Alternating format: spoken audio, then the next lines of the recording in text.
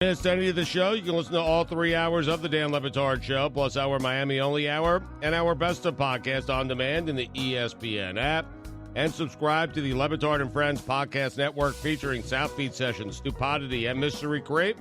Please rate and subscribe. New episodes are posted every week wherever you get your podcasts. What's the last of the Stupidities? Does it come out? It comes out tomorrow, right? Yeah, we'll be taping with Bob Saget today.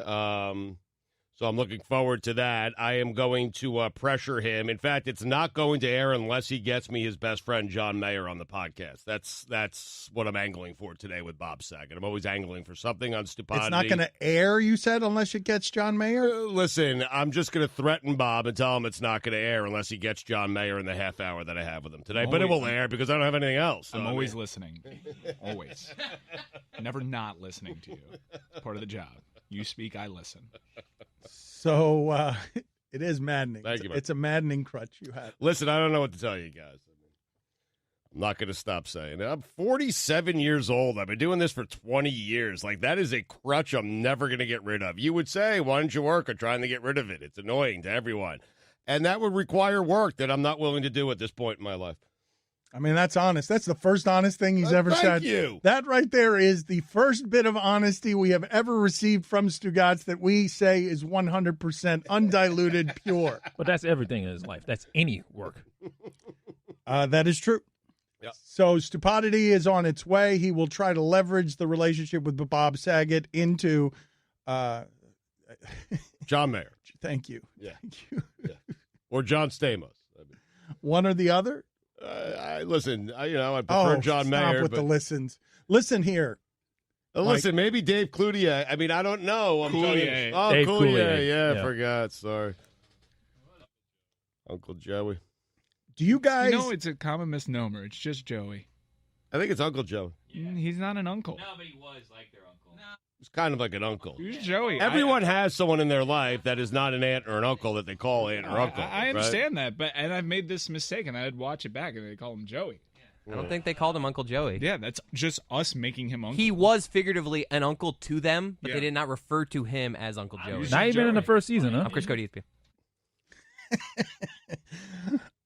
Is this Tom Brady story real to the 49ers? Is this the people who are talking about this? Where's the story coming from? The story is that it's picking up steam. Mm-hmm. Yeah, but because why, though? Who planted it first? Was it Darlington or? I don't know who Agent Zero is. All I know is that we're here now, and we in the media get to talk about how much Tom Brady hates Jimmy Garoppolo. Jimmy Garoppolo can have no nice things. He can never get too comfortable. He can never think that he's going to be the face of the league in terms of, hey, I'm a handsome quarterback that's pretty decent. Nope. He gets sent off to San Francisco because Tom Brady doesn't want him in New England, and now Tom Brady's coming for his stuff. But maybe this deal, like they knew about it all along, because we were all surprised that Belichick, an assassin, was willing to give up Garoppolo for so little in a good spot to San Francisco, maybe knowing Tommy wanted to go to San Francisco. So when he gave him to San Francisco, he said, listen, you can have him for a couple of years. I don't think he said listen. Back. I don't think he said you're the listen. one that said I think listen. he's cleaner. I don't think This that he is would how say you listen. deliver this kind of news. You say, listen, I'm going to give you Jimmy G for a couple of years. Bob wants Tom over here for a few years. We're going to win a couple more Super Bowls with Tommy and then send Tommy your way, and I'm going to take Garoppolo back in exchange for giving you Garoppolo right now at a bargain price. I believe that's what happened. You know what? Maybe. So you get into one of these situations where if Tom Brady, we're all sitting here saying, how is Belichick going to checkmate Tom Brady if they get him out of New England? You mean outside of Stugotz actually just telling us? just told us. How is Bill Belichick going to checkmate everybody by showing that Tom Brady isn't the quarterback who's responsible for their success? That's the one place where he would fear him going. It's the one place on the ego fight. It's the one place. It's because it's with Shanahan, Stugotz. Shanahan can do that with anybody. It's exactly the perfect place for Tom Brady to try to go fountain of youth. There will be no better offer that you will make me that says that there's a better team than going to San Francisco in terms of solving that stuff that you love to talk about, the soap opera ego stuff. But it's also a place where they are so close to winning a Super Bowl, it could go the other way on Brady. You know what I'm saying? He's not going to win the Super Bowl unless he goes someplace like that. Like, that's the only place he can possibly win a Super Bowl without Belichick. Like, give me the other place. You replace Garoppolo. Dallas. I don't think it's as good. No, it's not Dallas. It's pretty good. Probably a division rival. It's pretty good in a bad division. San Francisco was a step from, it was 6 minutes from winning the championship last year. Yeah, it was a throw away. Was an overthrow away. I understand that, but you're still in a division with, I believe, the LA Rams, who are still very good, the Seattle Seahawks, who are very good. You go to the NFC East with the Cowboys, who are very talented, and you have Daniel Jones and Carson Wentz, who was always hurt, and the Redskins. That's a division you win easily. If it goes to the NFC West, though, that is pound for pound the handsomest division. Wow. You have Cliff Kingsbury over there. Say it goes to another team that isn't the Niners. You have Jimmy G, Tom Brady, and Cliff. Zaddy. What? Zaddy. It's like daddy, but Zaddy. Oh, okay. Isn't Kingsbury, whatever division or conference he's in, the prettiest division or conference, or is someone else overtaking Depends on which Kingsbury? side of the face you're looking at. He definitely has a good side, bad side situation. So who's got a whole face? Who's the whole face pretty? Jimmy G. Jim, you think in terms Yeah, of Jimmy G's got a whole face situation going on. Yeah, he does. all right, but hold on. So you are telling me that you believe that You have the a good side, right? most handsome, Most do. the most handsome man in sports. You're saying it is now a consensus. It is Jimmy. It is Jimmy G. I think it's Jimmy G. In all of sports? Yeah. Well, like, does Abby know who Garoppolo is? No, but she's asked me about him before. Yeah. Yeah. So my wife has a Just shirt. walking past Yeah. the television. Yeah. Whoa. My wife has a Jimmy G shirt. She saw him like a couple times on TV, and she's like, I got to buy something of his. Are we saying he's more handsome than David Beckham? I think now, like, Beckham is always classically handsome. Like, he's going to be He's still handsome being forever. talked about that. I still saw everyone talking. He's in his 40s now. He looks correct? amazing. Yeah, yes. but I still saw people talking about his handsome as more than I saw any of the coverage involving soccer coming to Miami. Yeah, he knows it, too. David Beckham knows it. He knows the power of being David Beckham. He knows how much a handshake and a look in your eyes will make you melt. He's very good at that looking good thing.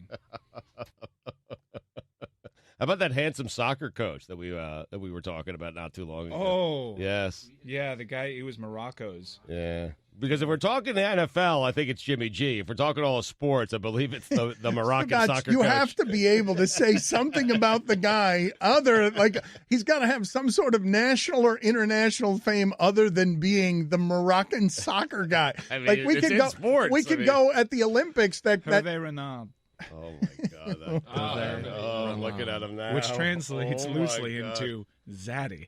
Dan and Stu are the best hosts ever.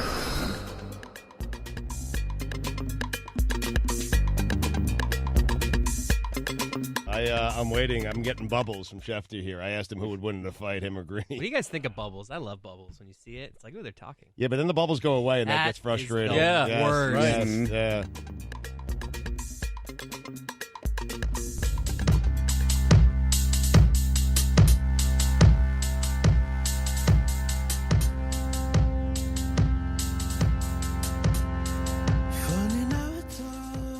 ESPN Radio is presented by Progressive Insurance. All guests on the Dan Le Batard Show appear via the Shell Pennzoil Performance Line. Here's your SportsCenter update.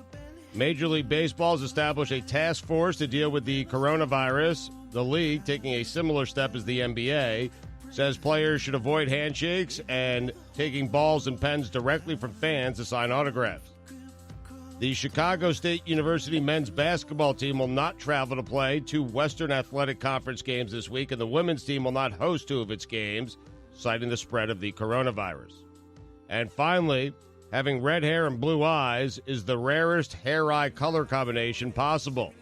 The odds of someone having both recessive traits is about 0.17%. Wow. Chris Cody, ESPN. I'm 1 in a million. For all the latest headlines and I'm sure you information, Great time, and go sit in the penalty box. Oh, no. 1 in a million joke is going. for all the latest headlines and information, tune in the Sports Center on ESPN Radio all throughout the day. Repeat offender today, man. This is the worst day you've ever had, I believe. I believe you have never, in the history of this show, and that's saying something because your dad is Are you saying it's worse than any day his dad's ever had around here? I don't know. mean, he had a worse day last week when he lost to his dad twice in that playing contest. Yeah, it was a pretty bad day. Yeah, he's on a cold streak. I mean, he lost in a planking contest. That is pretty amazing, actually, now that I think about it. His father has been coughing for 18 months. His father is 65 years old and the oldest person any of us know, and he sounds older and sicker than that every time we talk to him. He's only 65? Chris Cody is our Surprising every best time I hear it. athlete, allegedly, as a show, and his father did a plank much, much longer than he did. So what I wanted to get to, though, with my serious societal point, because you just mentioned during the update, you just mentioned again two more coronavirus stories that we have to look at here. And yesterday on Highly Questionable, I felt fairly ridiculous because they're asking us two questions in. Hey, everyone's talking about coronavirus. They're asking us, how does this affect sports? Do you think we're going to start seeing empty stadiums and people playing games like in empty arenas? And we're already seeing that in South Korea and Italy. Do you think it can ballpark? Do you think it can happen in America where we're watching games and there's nobody in the stadium? And I don't think you can do that in the bigger sports because money leads us on these things, and canceling games, you can resume and take the money. If you simply play the games in empty stadiums, you're not allowed to make any money off the games, and I don't know why sports would continue, why the big sports would continue. But I can't remember at any point in my lifetime. I'm thinking, is the HIV virus the closest thing to this, where everyone is running around really scared? And I don't actually know, Stugotz, even as I hear scientists talk about how unknown all this is, and I hear Jurgen Klopp tell me all he knows on the subject. I know you're ready to go. I can't wait to get to that sound. I want to get to that sound. I'm sitting here, though, and I'm watching this, and I don't know whether the hysteria that surrounds us is real and valid the way that the HIV virus was, or with the same general fear where people were walking into the hospital and they were dying and doctors were really scared because they had no idea how it is that it was spreading. I'm trying to figure out if social media is what makes this so much louder. And this is knowing, this is understanding that this is, everybody's worried about the outbreak. That dirty ultra music festival is headed to Miami, and Miami organizers are already planning for people from 100 different places. I mean, people are scrambling to get private jets instead of fly, and they can't even afford it because they just don't want to get in an airplane with, I just read this whole story. They don't want to get in an airplane with 300 people. They just don't want to do it. And so I could see a day where some of these sporting events are canceled. This is, and yes, to answer your question, social media contributes to scaring people, but it also helps informing people, and people just don't want to be informed. They seem to just want to be scared. Well, here's what we have, though. Finally, we could get to this coveted Liverpool coach. The Arnold Classic, all the fun events outside of the bodybuilding championship itself, has been canceled. And there haven't been any coronavirus cases in Ohio, but they're canceling it. Arnold just put out a video. It was sad. Also, come on, man. You can't have the white beard and the dark brown hair. Don't do that anymore. Just lean into it, pal. We're with you. Are you scared? Well, how can you not be? I mean, there's something sweeping. I mean, at this point, like, are there a whole lot of people who aren't scared? I mean, yeah, he's big into hand puritizer now. Yeah. All of a sudden, I can't find any because everyone else is out there buying all the hand puritizer. Yep. It's a much better name. I do hear a lot of people saying, like, hey, I'm not scared. I'm not nervous about this at all. It's like getting the flu. Like, I keep hearing. So I don't know if they're actually accurate or if they're just ignorant. I have no idea. Dan is so worried about the coronavirus that when he sends out someone to get the hand sanitizer, he's like, I can't go out. Tony, you have to do it for me. I'm just too scared. He's also apparently scared of coffee and his own car. What the hell are you laughing about today? Dry cleaners. I'm Chris Cody, ESPN. Let's hear this Jurgen Klopp sound. So Finally. he was asked. Yes, he was finally asked. After 2 hours and 30 minutes of expectation, here's the sound of Jurgen Klopp when he's asked about the coronavirus. On a wider question about the coronavirus, are you worried as a team, as a club, about the spread of it or how it might affect you? Look, what I don't like in life is that a very serious thing a football manager's opinion is important. I don't understand it. I really don't understand it. Could